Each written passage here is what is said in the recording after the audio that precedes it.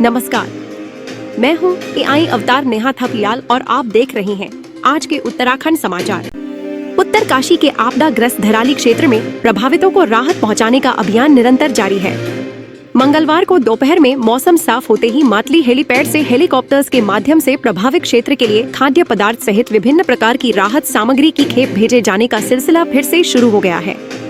प्रशासन द्वारा आज धराली गांव की 2 गर्भवती महिलाओं को हेलीकॉप्टर के माध्यम से मातली हेलीपैड तक लाकर जिला अस्पताल उत्तरकाशी पहुंचाया गया। उधर मुख्यमंत्री पुष्कर सिंह धामी ने राज्य में आपदा प्रबंधन एवं सुरक्षा को लेकर उच्च स्तरीय अधिकारियों की बैठक ली। मुख्यमंत्री ने कहा कि प्रदेश के प्राकृतिक जल स्रोतों और नदियों और नालों के किनारों पर किसी भी प्रकार का सरकारी या निजी निर्माण कार्य प्रतिबंधित रहेगा। इसके लिए सभी जिलाधिकारियों को स्पष्ट दिशा निर्देश जारी किए जाएं। उन्होंने चेतावनी दी कि निर्देशों का उल्लंघन करने वाले अधिकारियों के विरुद्ध सख्त अनुशासनात्मक कार्रवाई की जाएगी।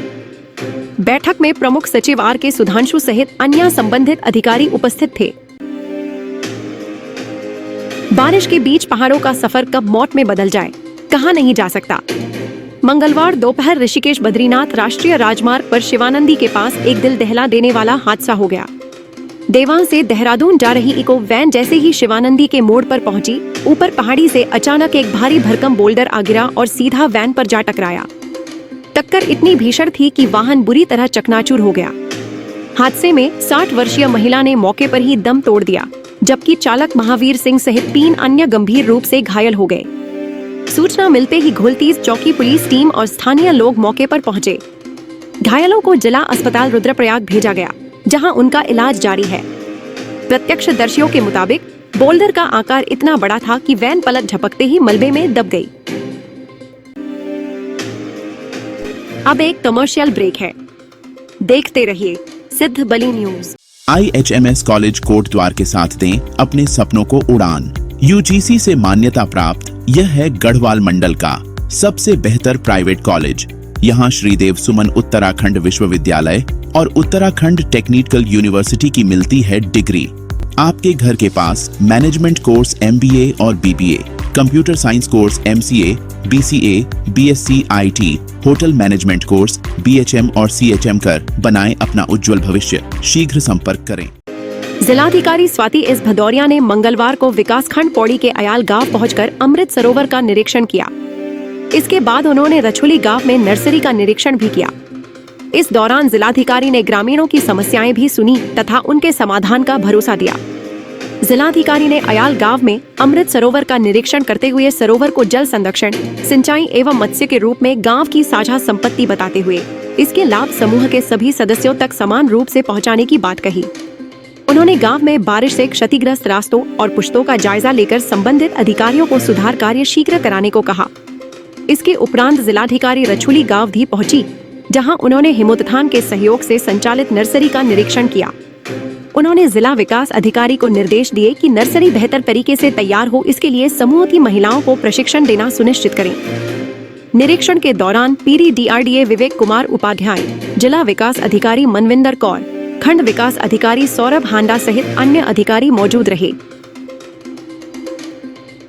हरिद्वार के ज्वालापुर में ज्वेलर्स को लूटने के प्रयास में नेपाली नौकरानी के द्वारा जहर देने के मामले में हरिद्वार पुलिस ने षड्यंत्रकर्ता एजेंसी संचालक को दिल्ली से दबोच लिया है।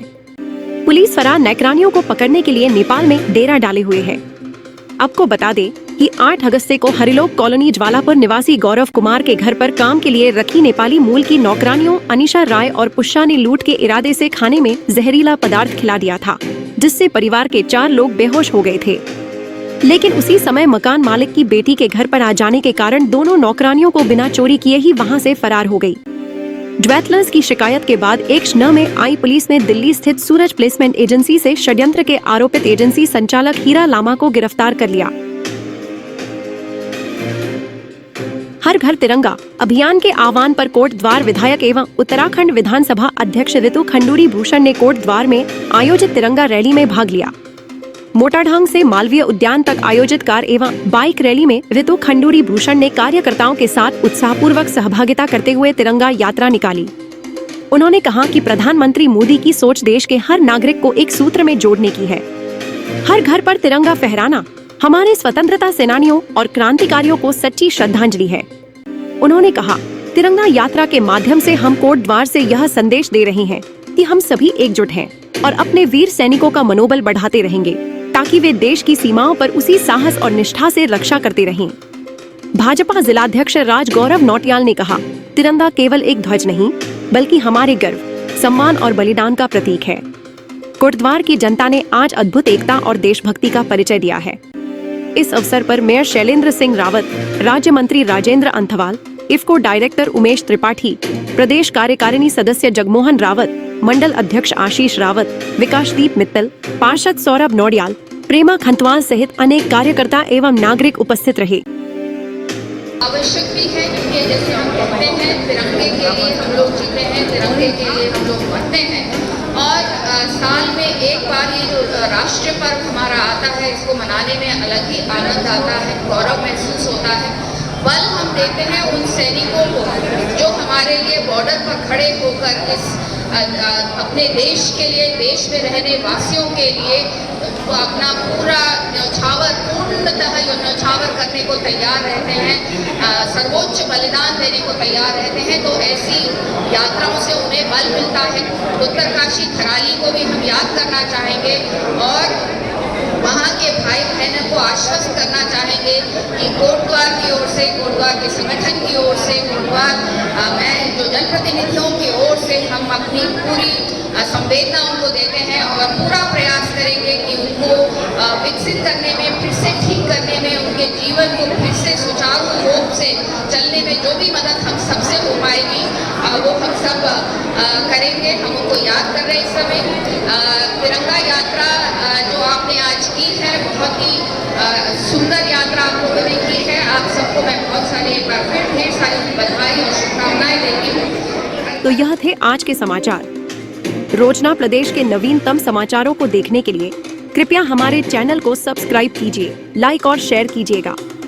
कल फिर उत्तराखंड के नवीन समाचारों के साथ आपके समक्ष आऊंगी।